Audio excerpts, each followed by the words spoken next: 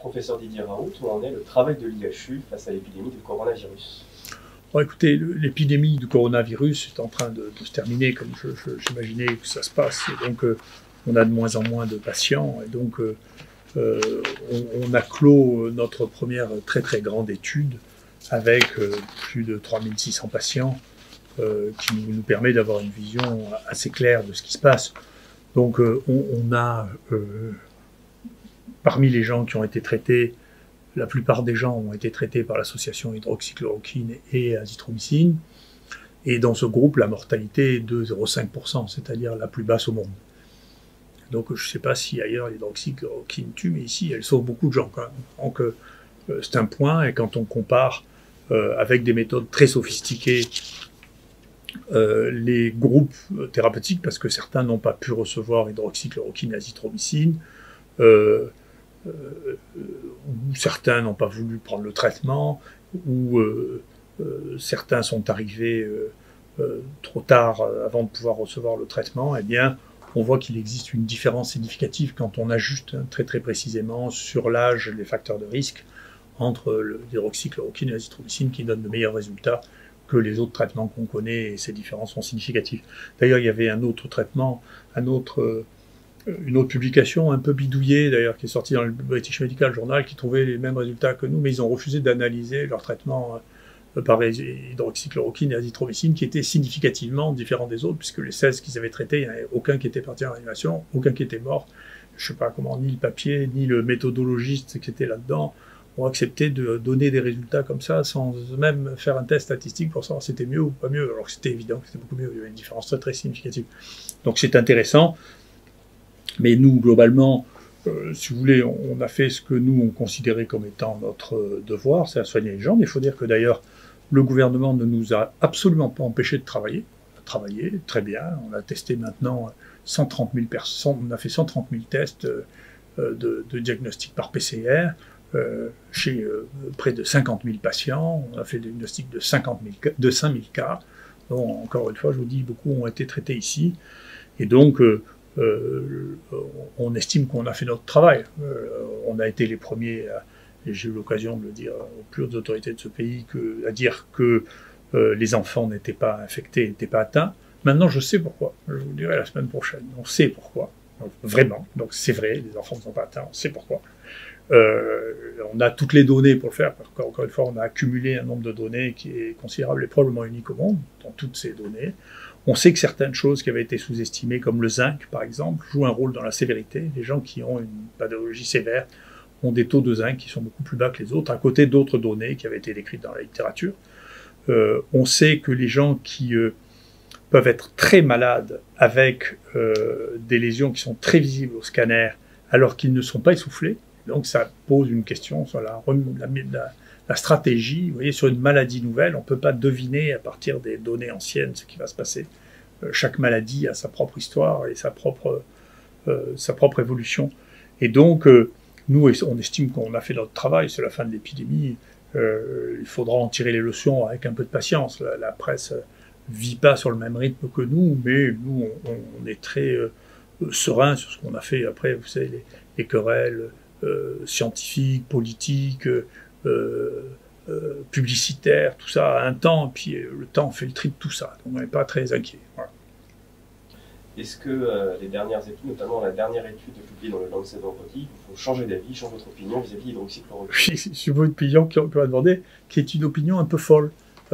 C'est une idée, c'est un peu fou, c'est-à-dire, moi je comprends bien que les gens aient des difficultés, oui, les hommes politiques, les journalistes aient des difficultés, parce que vous dites ça, elle lui dit ça, mais moi c'est pas mon problème.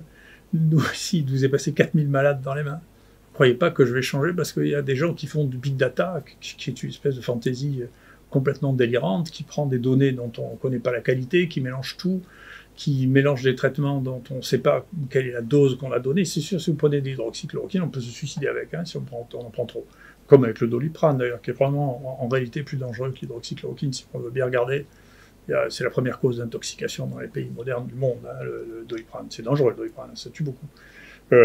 Donc, si vous voulez, comment voulez-vous qu'une étude foireuse faite avec les big data change ce que nous avons vu, vous savez, des électrocardiogrammes, ici on a fait 10 000 chez les malades qui ont eu cette maladie. 10 000 électrocardiogrammes qui ont tous été vus par l'équipe d'un professeur de rythmologie, c'est-à-dire de cardiologue qui est spécialisé dans l'analyse électrique du cœur.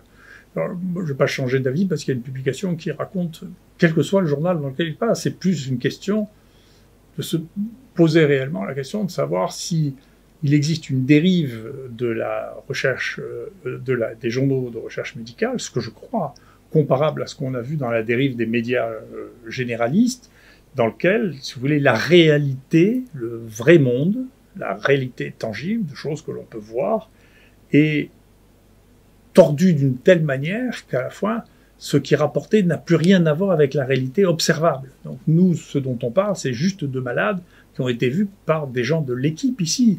Puis il suffisait de filmer pour voir combien il y a de malades qui sont passés ici. Moi, il n'y a rien qui va effacer peut-être le gâtisme, l'Alzheimer, qui effacera progressivement ce que j'ai vu de mes yeux, ce que j'ai observé.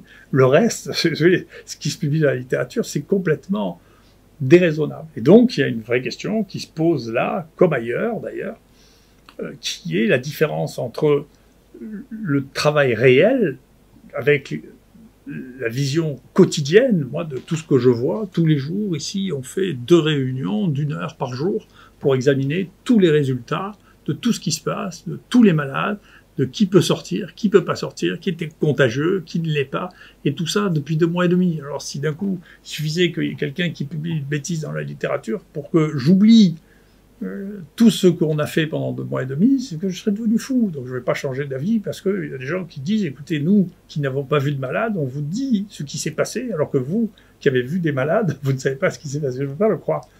La seule chose qui m'ennuie, c'est effectivement, c'est qu'on est en balance pour ceux qui n'ont que les informations de manière secondaire, entre nous, ce que nous avons, et donc je vous assure que c'est vrai, et puis il suffit de venir voir les dossiers ici, c'est pas compliqué, de regarder ce qu'est la mortalité des gens qui sont passés chez nous, c'est pas compliqué. En tout, il y a eu 36 personnes qui sont mortes, qui sont passées à l'intérieur de l'IHU, on a regardé très précisément leur cause de mortalité à chacun, on sait de quoi ils sont morts, il n'y en a aucun qui soit mort de tachycardie ventriculaire, c'est pas vrai.